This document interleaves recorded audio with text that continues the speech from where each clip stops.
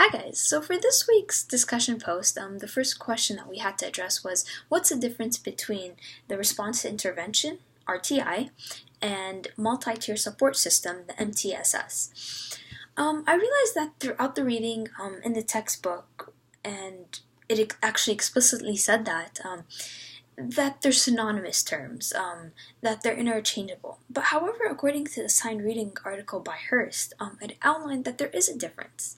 And it explicitly said that the multi-tier support system is the umbrella, and I like that imagery. It's kind of the bigger umbrella, and the response intervention is like a part.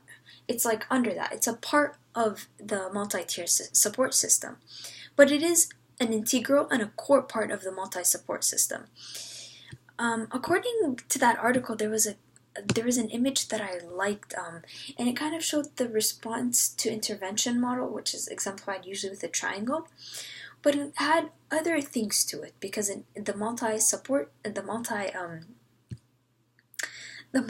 support system includes other things, and that includes such as curriculum, assessment, instruction, professional development, leadership, and empowering culture. And so that's in regards to the first question. Now, in regards to the second part of the discussion question that we have to address, it says, school personnel are often unclear about what it means to provide evidence-based or research-based instruction, and what extent to which instruction should be differentiated to meet students' needs in the first tier. How would you explain this? Provide an example of research-based instruction to illustrate. I don't know, I was kind of thrown off by the first question because what's the difference between RTI and MTSS?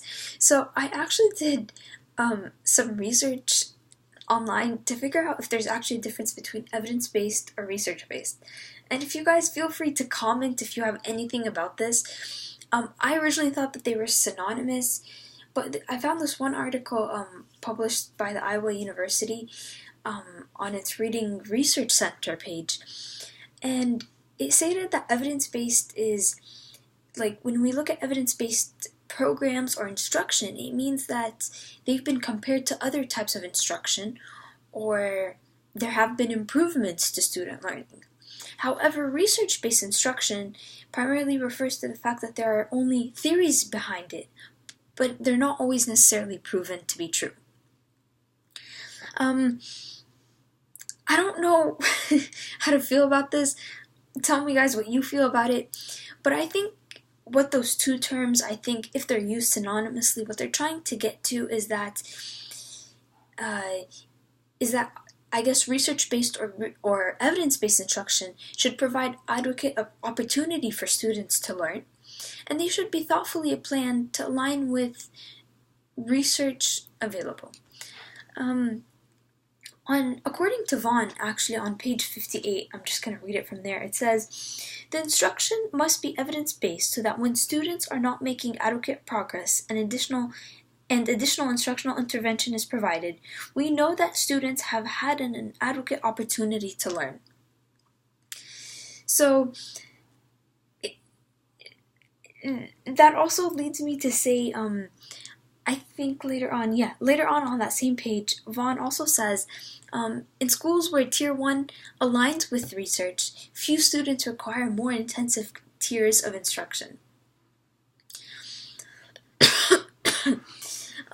As I was looking more into what it means of research-based and evidence-based instruction, I'm just going to assume that they're both now interchangeable or synonymous terms. I found an example of such an instructional strategy would be like setting objectives, and I think that is such a core part of instructional teaching, as it provides a roadmap for the teacher, and it provides students to be prepared, I guess, to take in the necessary skills and information to meet that objective. And so this leads me, I guess, to the last part of today's discussion post. It says, to what extent should instruction be differentiated to meet students' needs in the first tier? Now, according to Vaughn, I guess instructional differentiation should be based upon the student's response. And I think the student's response is determined by regularly monitoring the student's progress. I mean, when you monitor the student's progress, I mean, in tier 1, which is, very general, won't be as individualized or as specific and detailed as it would be in tier 2 and tier 1. Sorry, in tier 2 and tier 3. But that actually allows the teacher to get an idea of where instruction is needed to be differentiated. I think when I think of differentiated instruction, I think that there are 4 main domains or maybe elements that we need to keep in mind. And I think one is content. What content is essentially like what students need to learn or how they have access to gaining that information. 2, what's the process? I mean, how do we differentiate the activities that students engage in order to make sense of what they're learning or making sense of the content? 3, I would say products, like how are they applying what they learned? Like how are they extending the application of the content that they're taking in? And finally, I would say probably learning environment, and that's, I would say, the way that the classroom works, the way it's set up, how it feels. And I would assume that the extent to which instruction should be differentiated is when I think differentiation occurs in these 4 domains on different levels and different intensities. When a teacher has probably done everything that she could possibly do. I mean, of course, we are limited in ability, but when we've given all that we can in these 4 areas, I think that's the extent to which instruction should be differentiated.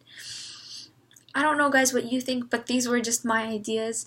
And if you have any questions, again, please feel free to ask, and I'll be more than happy and glad to actually reply to them.